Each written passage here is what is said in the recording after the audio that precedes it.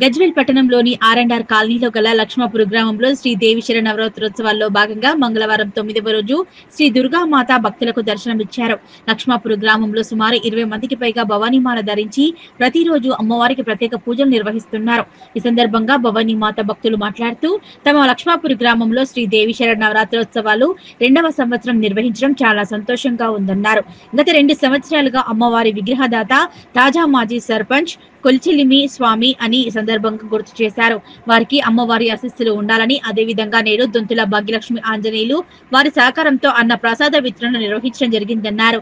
వారికి అమ్మవారి ఆశీర్వాదాలు ఉండాలని, అమ్మ దయ ఉంటే అంతా మంచి జరుగుతుందన్నారు.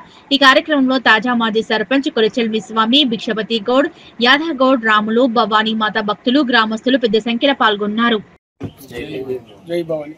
మాది మల్లాల సాగర్ గ్రామం, లక్ష్మాపూర్ గ్రామం. మేము ప్రస్తుతం నివసించిన ఆర్&ఆర్ కాలనీ లక్ష్మాపూర్లో పోయినసారి 2024లో స్టార్ట్ చేయడం జరిగింది అమ్మవారిని. మళ్ళీ అదేవిధంగా మరి ఈసారి కూడా అమ్మవారిని నిలుపుకోవడం జరిగింది. మేము ప్రతిసారి మాల ధరించి అమ్మవారికి దీక్షలో ఉండి పూజ చేయడం జరుగుతుంది. పోయినసారి 10 మంది ఉండే, ఈసారి 20 మంది మాతలు అయ్యారు. అలాగే ఇంకా పంపించాలని కోరుకుంటూ మేము ప్రతిసారి మాకు విగ్రహదాత అయిన కొల్చెలిమి స్వామి మాజీ సర్పంచ్ గారు మాకు మొదటిసారి విగ్రహం ఇచ్చారు. అలాగే అతనికి కలిగిన లాభాల ఎన్నో అలసారి ఈసారి కూడా ముందుకొచ్చి మాకు విగ్రహం ఇచ్చడం జరిగింది.